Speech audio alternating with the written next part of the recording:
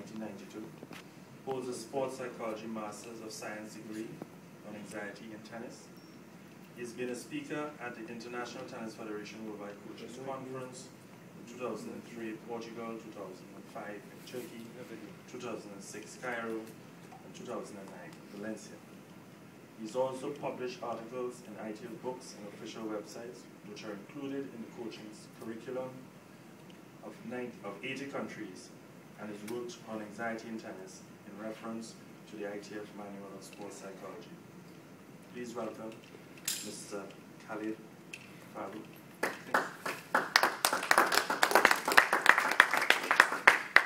Thank you.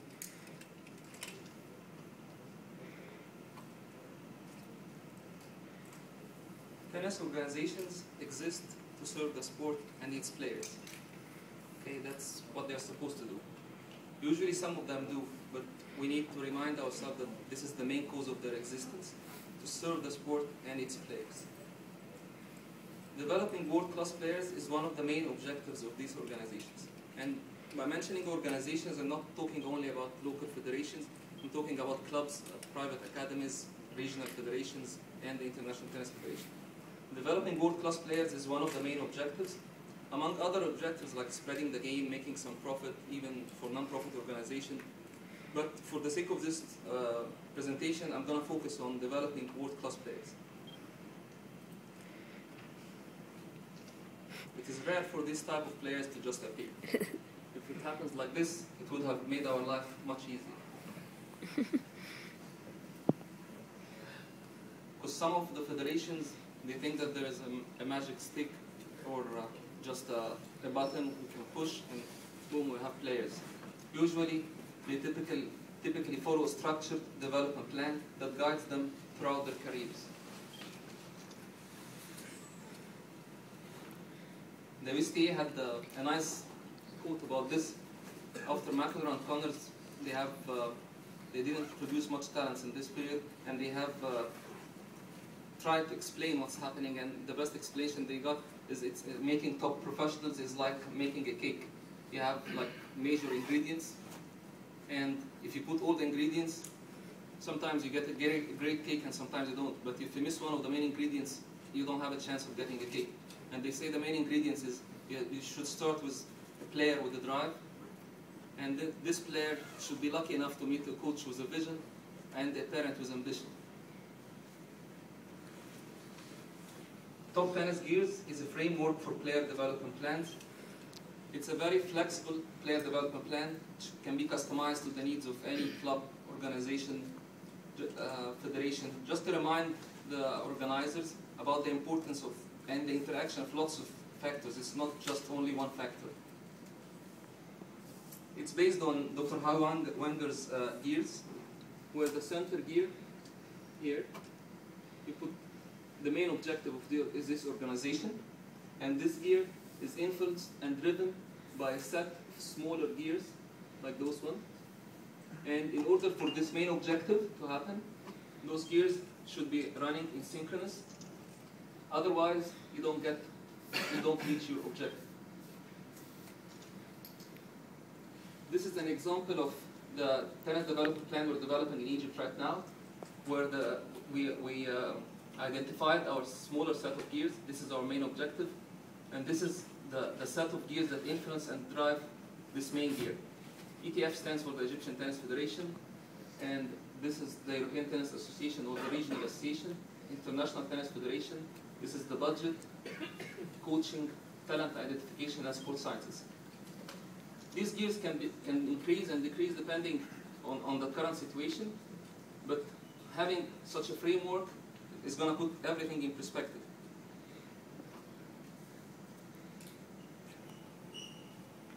This is exactly the same gear. This is our main objective, the main gear. This is the smaller set of gears that drive this main gear. And if you watch closely, you're going to find that all those smaller gears are also in turn driven by a set of smaller other gears that keep moving them in order to achieve our main objective. I'm going to get back to this later.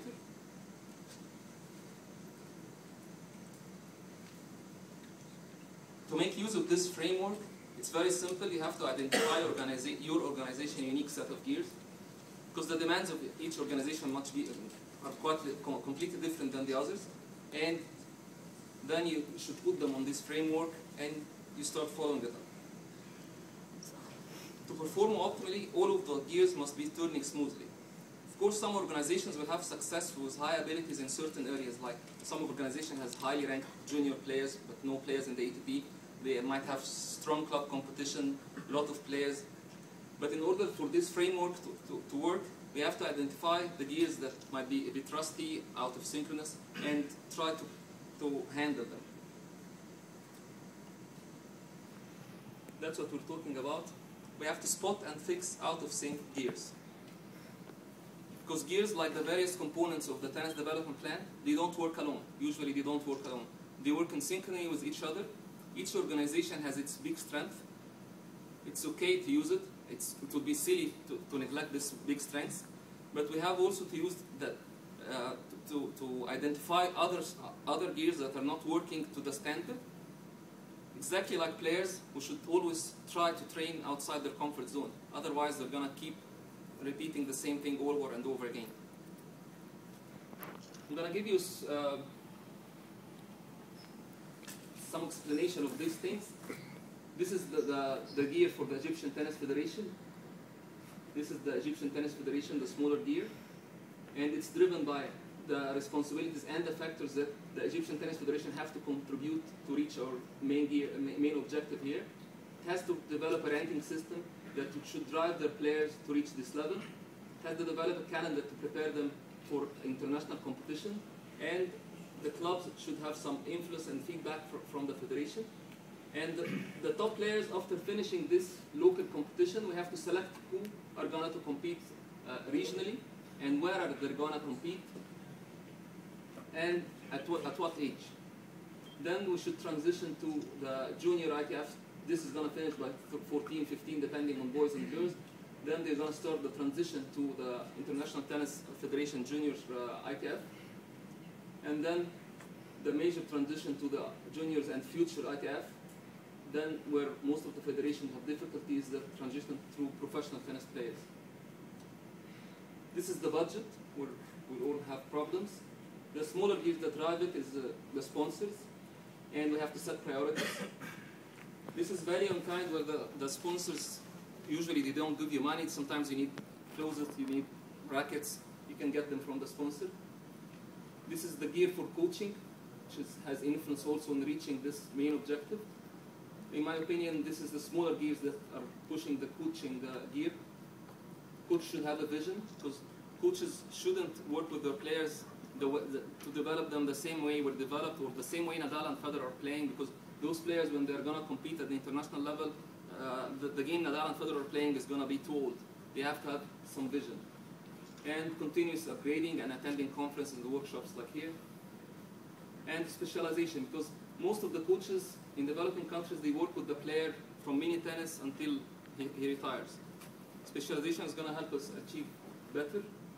This is the talent identification gear, which is going to be the main issue of this presentation and my next presentation day after tomorrow in the show court. It's driven by the tennis stands. This is the matrix, which is a talent identification system adopted from the LTA. This is development officers distributed all over the country to give feedback and select talents. This is the sports sciences gear. Different sports sciences, mental aspects, physical aspect, and player development. That's simply the gear. Eventually, you're going to find that these smaller gears are in turn going to be driven by smaller gears, but for simplicity, I'm not using them. While implementing this system, you're going to find things like this. This is a zoom on the coaching gear and more elements contributing to it. This one is our main objective today, which is the talent identification gear.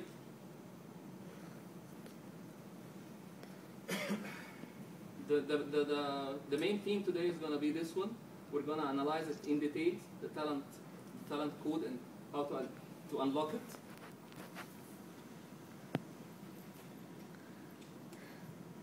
This is supposed to be the talent code. This is the million-dollar question. What really separates world-class performance from everybody else? We have been hearing lots of presentations from coaches who have been lucky enough to work with top players, and they're doing basically the same thing that most of our players are doing at their clubs. But they made it, and our players, usually, most of them, they don't make it. What really separates world-class performance? What is the secret formula? How did it happen for those and didn't happen for the others? This question, most of us don't tackle it so much because we think it's a very simple equation. Either they are talented or they work hard. But all of us are familiar with players with extreme talent and they didn't make it to the higher ranking levels. And lots of players are working very hard at their clubs, but still didn't make it to the professional level. And still the coaches of those players, they keep telling us they did simple things. They are doing the same thing that over and over that we're doing in our courts. When you think of Nadal, everybody thinks that he's a hard worker. Maybe that's his formula. On the contrary, when you think of Federer, they think that he's gifted. Even the parents, when they talk with their children, they always keep telling them that you have to work hard to reach what you want. But when they work hard and they fail to reach what they want, they tell them, maybe you don't have the gift, which is completely opposite of asking them to work hard. If it's only gift, then why do we work? Either we have it or we don't. Another further ahead step, they say that it's hard work plus gift. Okay, if we say that it's hard work plus gift, it's like saying that the cookie is made of butter, sugar, and flour. It's true, but it's not sufficiently detailed to be useful. It's true that the cookie is made of this, and that professional players, they work hard and they have talent. But where is the recipe? Where is the plan? What exactly do they do? It's true, but it's not enough. We need to know more information. How do they practice? Because sometimes you have same players practicing at the same club for 5 or 6 years, and one of them improves a lot, and the other one stays at the same level. In spite of the fact that they're exposed to the same coaching regimen, the same coach, the same practice partner, the same thing. Some of them make it, and some they don't.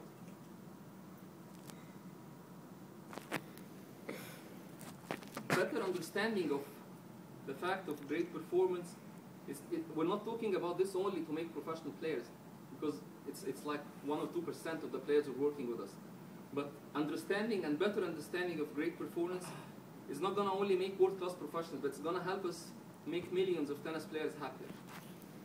Because just being good at whatever we want to do, like playing tennis, painting, leading a group of people, is among the deepest sources of fulfillment we will ever know. Everybody wants to be good at his hobby, at his job. If you know how great performance can be achieved, we're going to make millions of people happy, and some of them are going to make it to the professional level. Luckily, in the last 30 to 40 years, lots of books are talking about the secret formula for success. Why do some people make it in different fields, not only in tennis? I tried in this presentation and the other one in the short course the day after tomorrow to apply this information from those several books to our sport tennis. Because we are familiar with stories like this a lot. Why Russia produced successful female players? Why Brazil play very good soccer?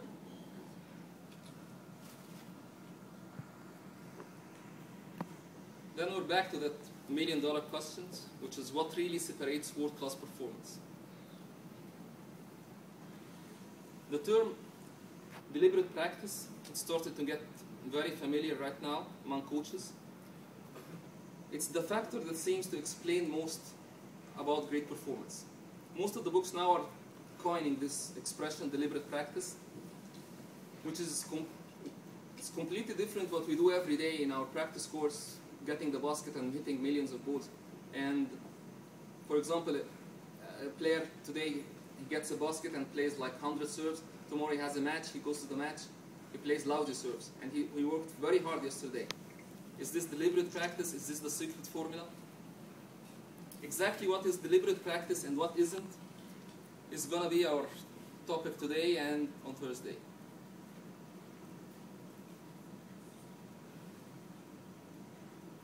And it's going to help us explain why lots of people are practicing and they don't make it. This is the #1 criteria of deliberate practice. It has to be specifically designed. When we say specifically designed, it implies that we have to have someone to design it. And this guy is going to be the coach. This drawing is the concentric circles of learning. And this is why some players improve and others don't. Because if you keep working in this comfort zone, which is the skill that you master, and the learning zone here is the skills that you can barely do. It's just out of your reach. The panic zone is the skills that are extremely difficult and you can't just reach it in the next 5 or 6 years. If you keep doing the comfort zone, keep doing the forehand cross court every day, it's not going to help you getting any better. The whole idea is to try to stretch yourself to the limit, and the coach is trying to identify where is it exactly the limits of your comfort zone, and is trying to push this limit further and further in a process they call layering. Because after a while of doing a practice or a drill for the players, this drill, after doing it for maybe 6 months, maybe at the beginning it's going to be difficult, but after 6 months they're going to master it. They can do it blindfolded. Oh. At this level, we have to challenge them and move further and further to widen their comfort zone. Otherwise, they're going to keep playing in the same level. They call it the experience trap. The second factor, it has to be repeated a lot. Because some of the players, they depend only on matches. Because the matches is the real thing. But the matches doesn't have enough repetitions. And to perform this kind of practice, which is deliberate practice, you have to have lots of repetitions. It has to be specifically designed, and it has at the same time to be repeated a lot. Which is really difficult to do, because we either do one thing and we don't do the other. Some of the players, they do exactly the same thing in the matches, which is highly specific and the game-based approach, but they don't do enough repetitions in practice. Others, they do lots of repetitions, but it's irrelevant. It's not similar to what's going to happen in the match. That's why they say that 2 points distinguish deliberate practice. One is the choice of properly demanding skill in the learning zone, and 2 is the amount of repetition. That's why it's a specific type of practice. It's not just everyday practice. This one is really nice. It's about feedback. The #3 factor is it has feedback is continuously available in this kind of practice. Because some of the coaches and some of the parents, they don't like their players to have instantaneous feedback or continuous feedback about what he's doing. They say it's going to affect his confidence. It's better to hide these mistakes. Just keep encouraging him and telling him that he's great. The example in this photo, they say that if you're training without feedback, it's like bowling through a curtain. You don't see what's happening. You're just throwing the ball, rolling, and it's going to hit the pins, and you never know what's going to happen. To improve, you have to know exactly what you're doing. This is the third criteria of deliberate practice that makes it unique. #4, it's highly demanding mentally. Because it's above all an effort to focus and concentration. That's why they call it deliberate, as distinct from the mindless hitting of tennis balls. It's not just mindless hitting of tennis balls for 5 or 6 hours. The constraint here is mental. Usually they say that after 1.5 to 2 hours, that's our mental barrier. After this, we can't concentrate that high. If you find players hitting for 6 or 7 hours a day, they're not practicing deliberately, because it's highly demanding mentally. You have to wait and see what's happening. It's not just going through the motions. It isn't much fun. Because if you keep doing something that you really master, it's fun. You feel good, you're confident, everybody's clapping his hands for you. You feel confident. But if you're trying to stretch yourself, it's not fun. And to have an idea about this feeling, imagine that someone invited you to a guitar lesson and you just don't play, and you're shy and you don't practice it, and you went to a lesson, like 30 people's here. For sure you're not going to sit in the front row. You're going to sit at the end, trying to avoid eye contact with the speaker so that he doesn't ask you to play, because it's not comfort. It's not in your comfortable zone. That's why it isn't much fun. This is the deliberate practice in one slide.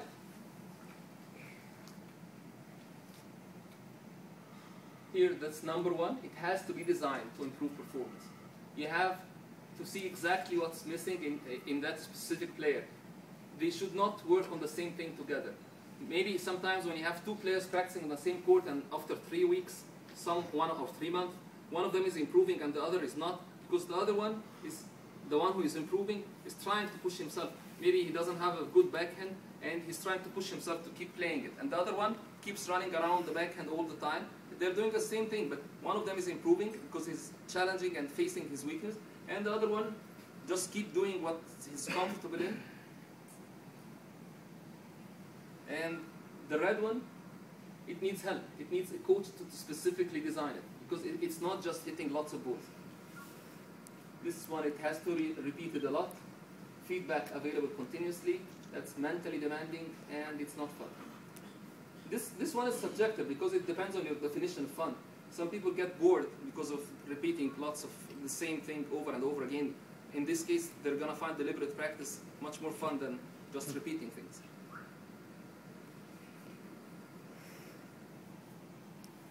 Deliberate practice changes persons to great performance having the following qualities. As you said before, that lots of it makes you better and tons of it makes you great. After doing deliberate practice for a while, people are changed. And we're not only talking about physical changes, like the muscles increase or the heart is bigger, physically better. They have lots of other changes, lots of other criteria. This video is going to summarize all what I'm talking about.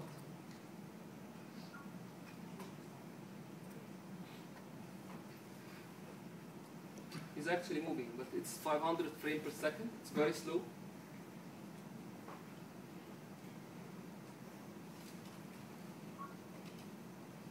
Everybody thinks that Nadal is very fast. After watching this, you're going to know why he's that fast.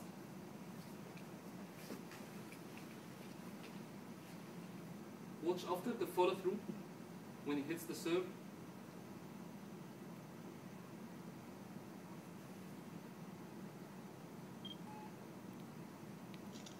Watch now what he's going to do with the grip right now. See?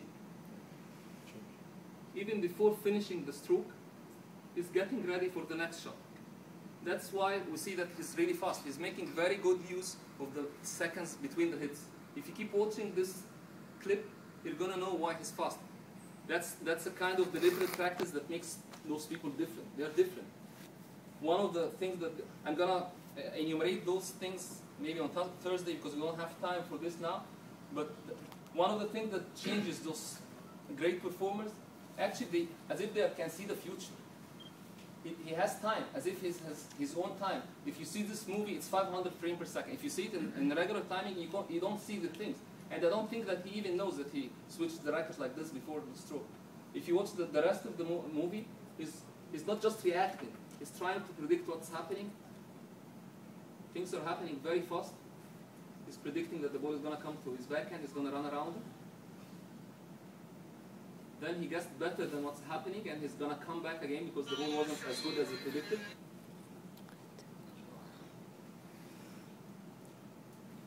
The regular players, after they finish the serve, they just wait and see what's going to happen.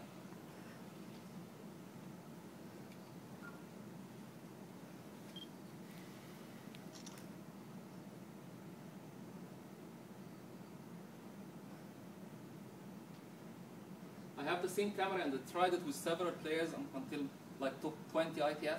You have lots of poses. When you watch them, they have lots of poses. For him, it's like linked. The whole thing is completely linked.